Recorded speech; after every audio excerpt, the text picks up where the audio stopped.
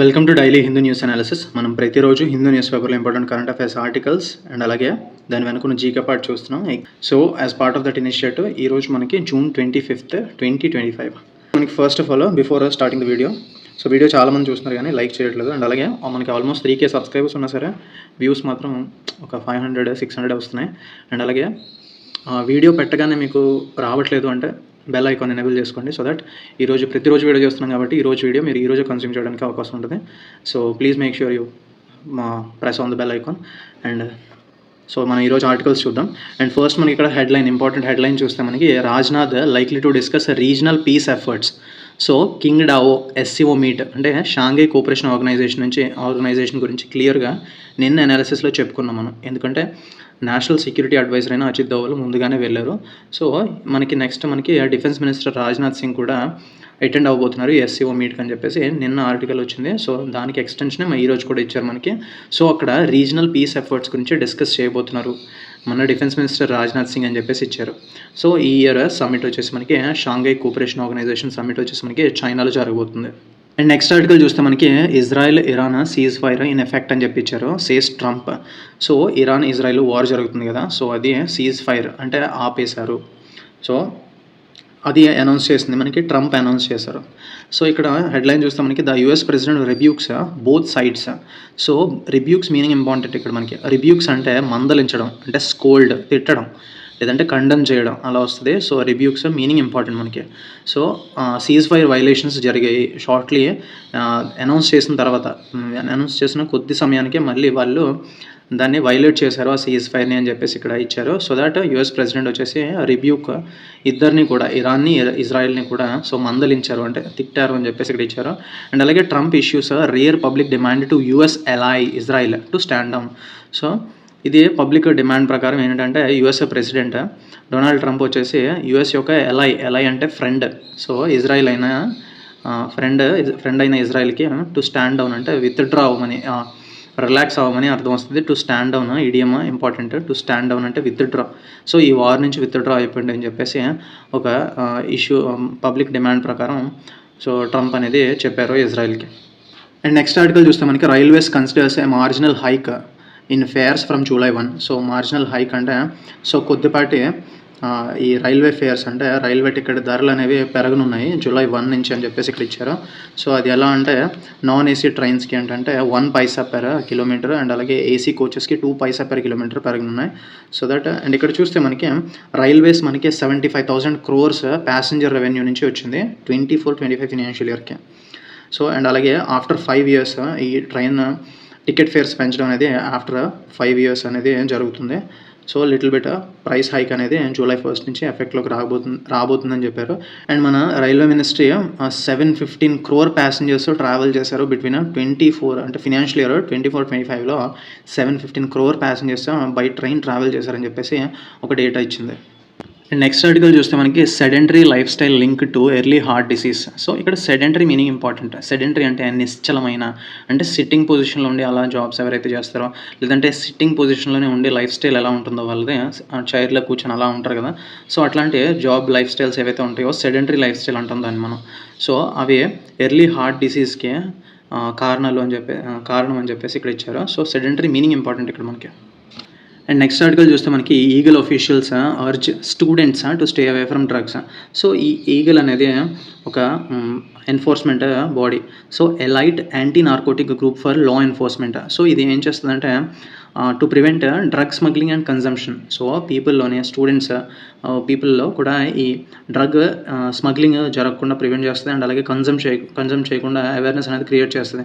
So ఈ eagle ఈ body అనేది ఇక్కడ స్టూడెంట్స్ని అర్జ్ అంటే స్టూడెంట్స్కి ఒక తెలియజేస్తుంది, చెప్పింది అని ఏంటంటే to stay away from drugs and narcotics అని చెప్పేసి యూత్కి వాళ్ళు అవేర్నెస్ క్రియేట్ చేశారు. అండ్ అలాగే ఈ ఈగల్ ఏం చేస్తుందంటే they make efforts to break the chains to check drug peddling. ఇక్కడ డ్రగ్ పెడ్లింగ్ అంటే సో పెడ్లింగ్ అంటే చిన్నపాటి వ్యాపారం చేయడం. సో ఒక దగ్గర నుంచి ఇంకొక దగ్గరికి ఒక గూడ్స్ని ట్రాన్స్ఫర్ చేస్తూ వ్యాపారం చేయడం. అలాగే ఇక్కడ టు చెక్ డ్రగ్ పెడ్లింగ్ అంటే ఈ డ్రగ్స్ని ఎవరైతే అక్రమంగా ఒక దగ్గర నుంచి ఇంకో దగ్గరికి రవాణా చేస్తారో అట్లాంటి చైన్స్ని బ్రేక్ చేయడానికి ఈ ఈగల్ అనేది ఒక టీమ్, ఈ ఈగల్ టీమ్ అనేది ఎఫర్ట్స్ పెడుతుందని చెప్పేసి ఇచ్చారు ఇక్కడ. అండ్ నెక్స్ట్ ఆర్టికల్ చూస్తే మనకి Naidu seeks to allay Telangana's concerns over Banakacherla. So ఈ గోదావరి బనకచర్ల ప్రాజెక్ట్ అనేది, సో దీని మీద తెలంగాణ కన్సర్న్స్ని so Chandrababu Naidu, AP CM Chandrababu Naidu తొలగిస్తారు అని చెప్పేసి సీక్స్ టు ఎలే, తొలగించాలి అని చెప్పేసి ఇక్కడ హెడ్లైన్ ఇచ్చారు. సో ఎల్ఏ మీనింగ్ ఇంపార్టెంట్. ఎల్ఏ అంటే రిమూవ్, డిలీట్, తొలగించడం అని అర్థం వస్తుంది. సో ఎల్ఏ meaning important. Teach lessons on emergency in schools అని చెప్పేసి ఆర్లేకర్ చెప్పారు. ఈ ఆర్లేకర్ ఎవరంటే కేరళ గవర్నర్ రాజేంద్ర విశ్వనాథ్ ఆర్లేకర్. సో స్కూల్స్లో ఎమర్జెన్సీ గురించి లెసన్స్ పెట్టమని చెప్పేసి ఈయన చెప్పారు. And Kerala governor Rajendra Vishwanath Arlekar. And CM వచ్చేసి పినరయ్ విజయన్. అండ్ అలాగే ఇక్కడ గోవా గవర్నర్ వచ్చేసి P S Sreedharan Pillai. So important, governors అనే ప్రతి స్టేట్కి గవర్నర్స్ అనేవి ఇంపార్టెంట్. అండ్ అలాగే ఇక్కడ ఆంధ్రప్రదేశ్ గవర్నర్ చూస్తే S Abdul Nazeer. And next article చూస్తే మనకి Karnataka AP CMs to launch portions of choultry in Tirumala. So ఇక్కడ చౌల్ట్రీ మీనింగ్ ఇంపార్టెంట్. చౌల్ట్రీ అంటే సత్రం, ఎవరైతే పిల్గ్రిమ్స్ ఉంటారో సో వాళ్ళకి రెస్టింగ్ ప్లేస్ ఇది. సో చౌల్ట్రీ ఏంటంటే సత్రం అని అర్థం వస్తుంది. సో దీని meaning important. And next article చూస్తే మనకి 15th century lamp discovered in Karnataka temple.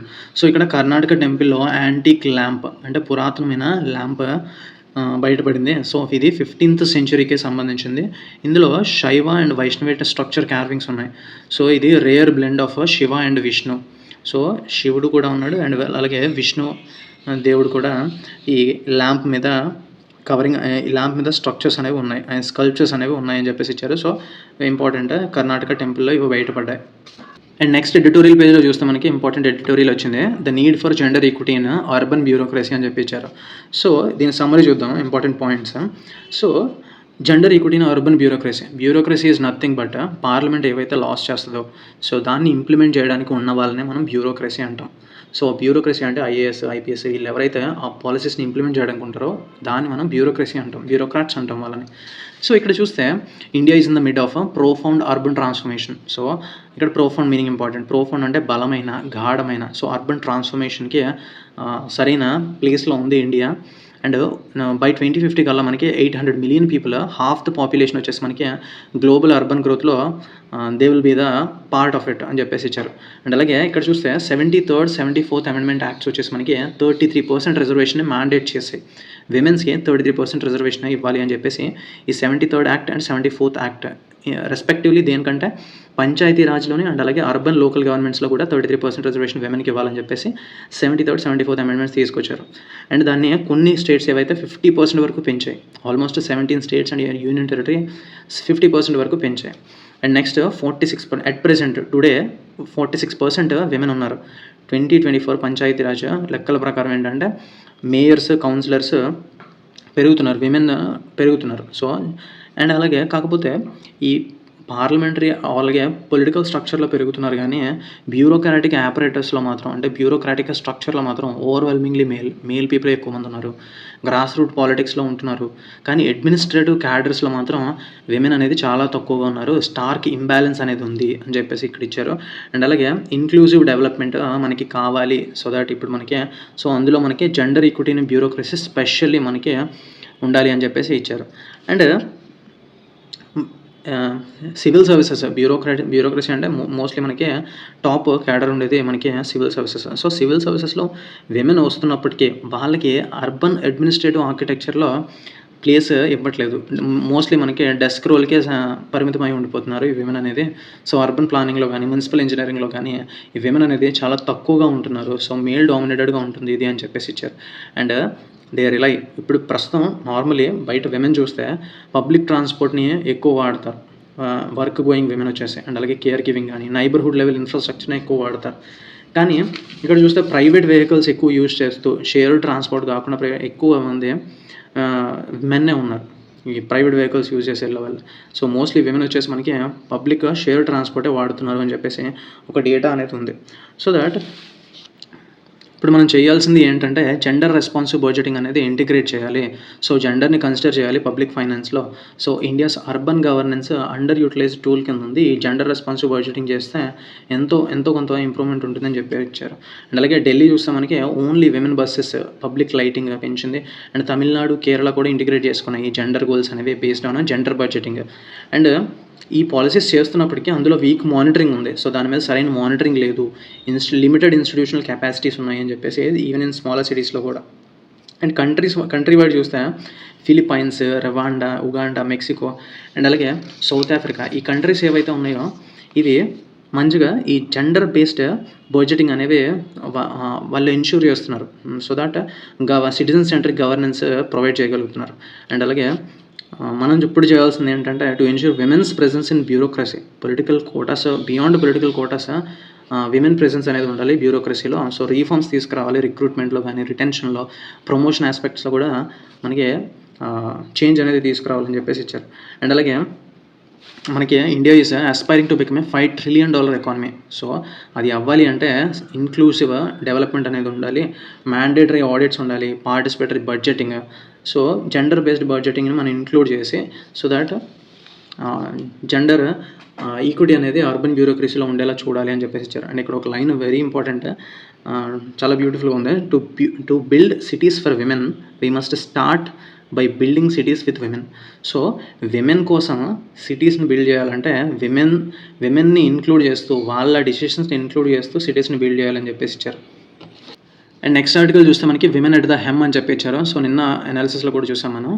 So international Olympic కమిటీకి సో ఇప్పుడు కొత్త ప్రెసిడెంట్ వచ్చారు. ఎవరంటే కిర్స్టీ కొవెంట్రీ. ఈవిడ జింబాబ్వేకి చెందిన ఒలింపిక్ ఛాంపియన్. సో స్విమ్మర్ ఈవిడ. సో ఈవిడ first African first women to head this most powerful organisation, sporting organisation.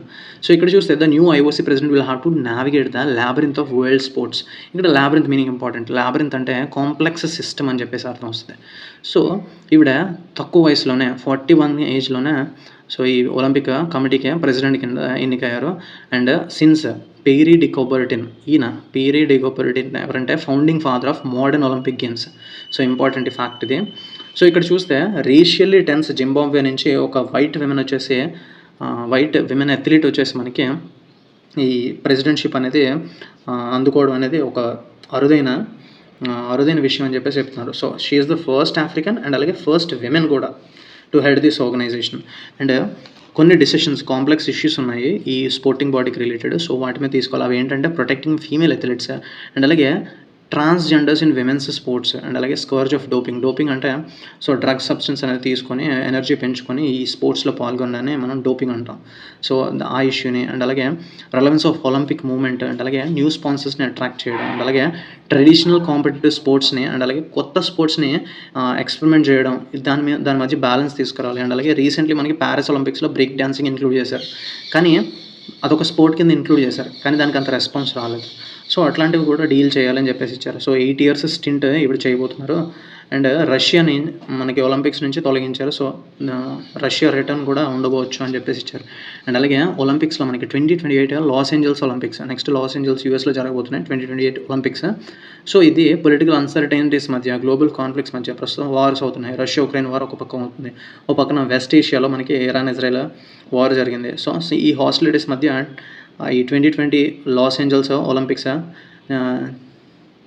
చేయడం అనేది నిజంగా ఒక ఛాలెంజ్ అని చెప్పేసి so she should be cautious while dealing all these issues అని చెప్పేసి ఈ ఆర్టికల్లో ఇచ్చారు.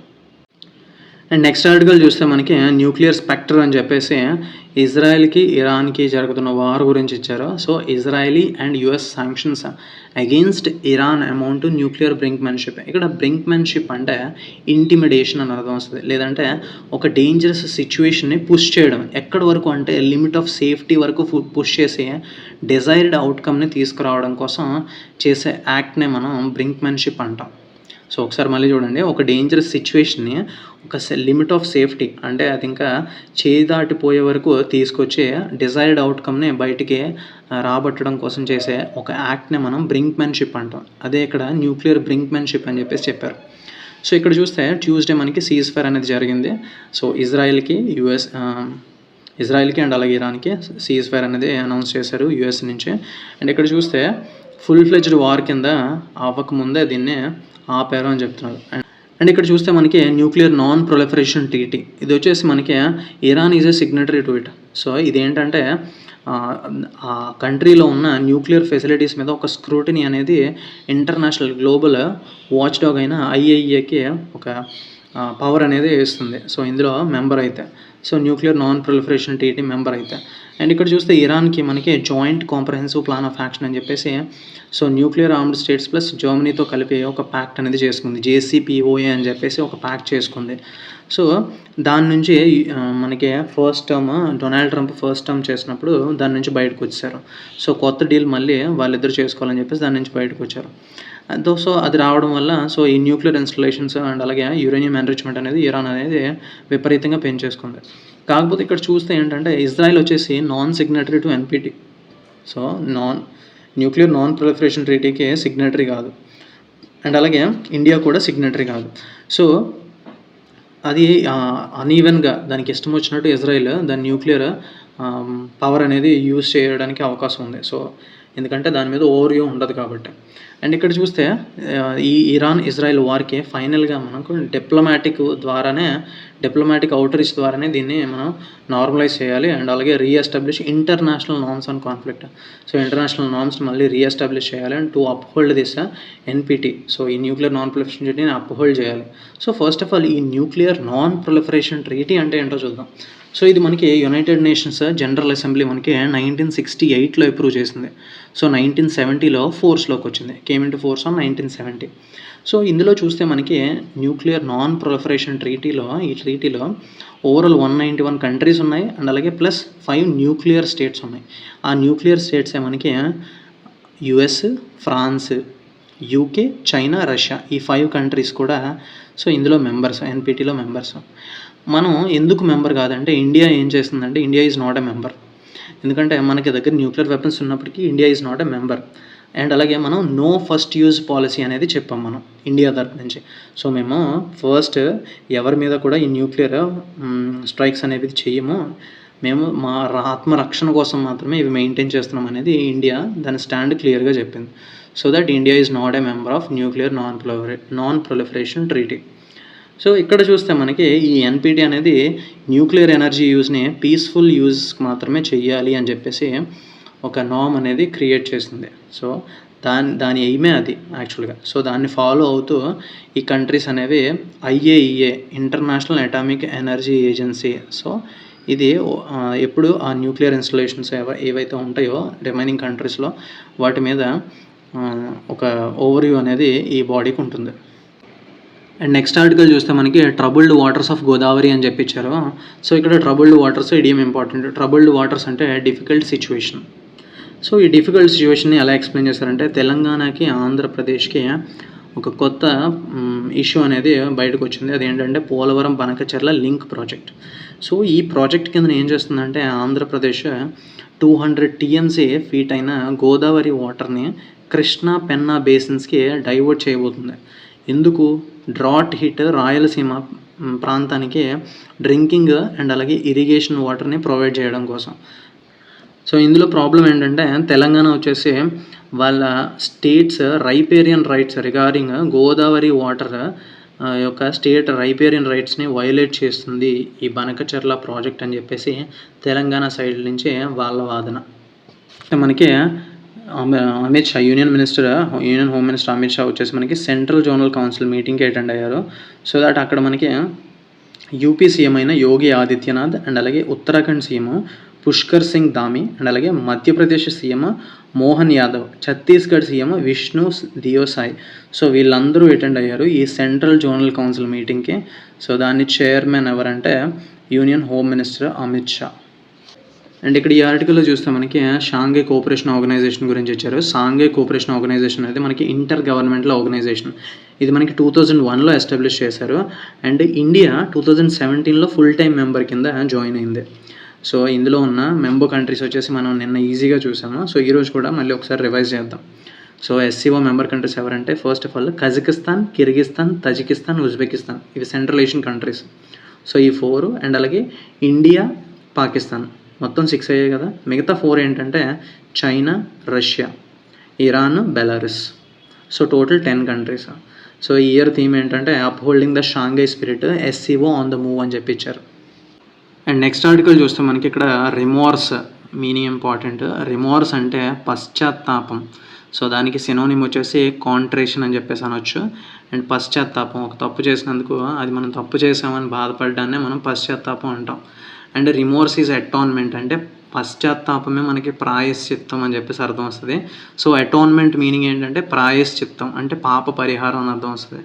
సో రిమోర్స్ ఈజ్ అటాన్మెంట్, ఈ రెండు మీనింగ్స్ అనేవి ఇంపార్టెంట్. అండ్ నెక్స్ట్ ఆర్టికల్ చూస్తే మనకి for first time India breaks into top 100 in global SDG rankings.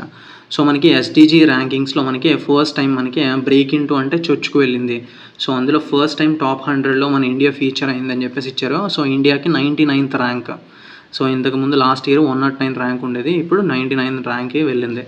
So ఈ యుఎన్ ఎస్డీజీ డెవలప్మెంట్ గోల్స్ని, సో ఆ రిపోర్ట్ అనేది రిలీజ్ చేసేది మనకి UN sustainable development solutions network. So ఇది రిలీజ్ చేస్తే అవుట్ ఆఫ్ 167 కంట్రీస్కి మనకి 99th ర్యాంక్ వచ్చింది 2025 ఇయర్కి with a score of 67. And ఇక్కడ చూస్తే మనకి మొత్తం 17 ఎస్డీజీ గోల్స్ అనేవి ఉంటాయి. సో ఆ 17 ఎస్డీజీ గోల్స్ మనకి యునైటెడ్ నేషన్స్ 2015లో అడాప్ట్ చేసింది. అండ్ మన నైబరింగ్ కంట్రీస్కి సమ్ ఆఫ్ ది ర్యాంకింగ్స్ ఇచ్చారు. ఇక్కడ మనకి Bhutan 74, Nepal 85, Bangladesh 114, Pakistan 140. So neighbouring countries కూడా ఇంపార్టెంట్ చూసుకుంటే. అండ్ ఫిన్లాండ్, స్వీడన్, డెన్మార్క్ వచ్చేసి మనకి టాప్ 3 పొజిషన్స్లో ఉన్నాయి. అండ్ అలాగే టాప్ 20 కంట్రీస్లో 19 కంట్రీస్ యూరోపియన్ కంట్రీసే ఉన్నాయి అని చెప్పేసి ఇచ్చారు. అండ్ నెక్స్ట్ ఆర్టికల్ చూస్తే మనకి maritime body sounds Alam on order to retire old ships. So ఇక్కడ మనకి ఇంటర్నేషనల్ మ్యారిటైమ్ ఫెడరేషన్ వచ్చేసి మనకి 20 years ఓల్డ్ షిప్స్ని స్క్రాప్ చేయాలి, ఇంకా వాటిని వాడకూడదు, they should not be in the operation అని చెప్పేసి ఒక ఆర్డర్ అనేది ఇచ్చింది. సో దట్ దీనివల్ల 20,000 జాబ్స్ అనేవి సీఫేరర్స్ అనేవి జాబ్లెస్గా అయిపోతారు, 700 వెజల్స్ అనేవి రిటైర్మెంట్ తీసుకోవాల్సి వస్తుందని చెప్పేసి ఇక్కడ ఇచ్చారు. అండ్ నెక్స్ట్ ఆర్టికల్ చూస్తే మనకి SEBI mulls market infrastructure institution rejig to boost governance. So ఇక్కడ ఈ రెండు మీనింగ్స్ ఇంపార్టెంట్. సెబీ మూల్స్ అంటే thinks, SEBI is thinking, rejig అంటే రీఅరేంజ్ అని అర్థం. అండ్ మన యూనియన్ హెవీ ఇండస్ట్రీస్ మినిస్టర్ వచ్చేసి HD Kumaraswamy. And next article చూస్తే మనకి Pant reprimanded for showing dissent at umpire's decision. So పంత్ని రిప్రిమాండ్ చేశారు, అంటే రిబ్యూక్ లేదంటే చైడ్, మందలించడం. రిప్రిమాండ్ అంటే తిట్టడం. For showing dissent, umpire డిసిషన్కి decent అంటే సో వ్యతిరేకత చూపించడం వల్ల సో ఆయన్ని తిట్టారు లేదంటే స్కోల్డ్ చేశారు, రిబ్యూక్ చేశారు అనే మీనింగ్స్ వస్తాయి మనకి. రిప్రిమాండ్ మీనింగ్ ఇంపార్టెంట్. అండ్ నెక్స్ట్ చూస్తే మనకి June 25th is a red letter day అని ఇచ్చారు కదా. ఇక్కడ రెడ్ లెటర్ డే అంటే idiom, one word substitution, very important. Red letter day అంటే వెరీ ఇంపార్టెంట్ డే అని అర్థం. సో June 25th మనకి 1983లో వరల్డ్ కప్ అనేది గెలిచింది కపిల్ దేవ్ ఇండియన్ క్యాప్టెన్గా ఉన్నప్పుడు. సో వరల్డ్ కప్ అనేది గెలిచింది 1983లో అని చెప్పి ఇచ్చారు. అండ్ మనకి టీమిండియా వచ్చేసి ఇదే రోజున June 25th ఫస్ట్ టైం ఇంగ్లాండ్తో టెస్ట్ మ్యాచ్ ఆడింది. లార్డ్స్ క్రికెట్ గ్రౌండ్లో మనకి ఇంగ్లాండ్తో టెస్ట్ మ్యాచ్ ఆడింది 1932లో. అండ్ నెక్స్ట్ చూస్తే మనకి Indian cricket fraternity mourns Doshi's passing. So మనకి Indian cricketer left arm spinner అయిన దిలీప్ జోషి చనిపోయారు. సో ఇండియన్ క్రికెట్ ఫ్రటర్నిటీ అనేది సంతాపం తెలియజేసిందని చెప్పి ఇచ్చారు. సో స్పోర్ట్స్ రిలేటెడ్ న్యూస్లో ఇంపార్టెంట్ ఇది మనకి. సో ఓవరాల్గా ఈరోజు exam point of view important current affairs articles మొత్తం కవర్ చేస్తాం. అండ్ వీడియో నచ్చితే లైక్ చేయండి అండ్ మీ ఒపీనియన్ ఈ ఎక్స్ప్లెనేషన్ మీద కామెంట్ చేయండి. And if you have any doubts related to this explanation are competitive exams related ఏమైనా doubts ఉంటే comment చేయండి. I will definitely answer them in the next video. And thank you for watching.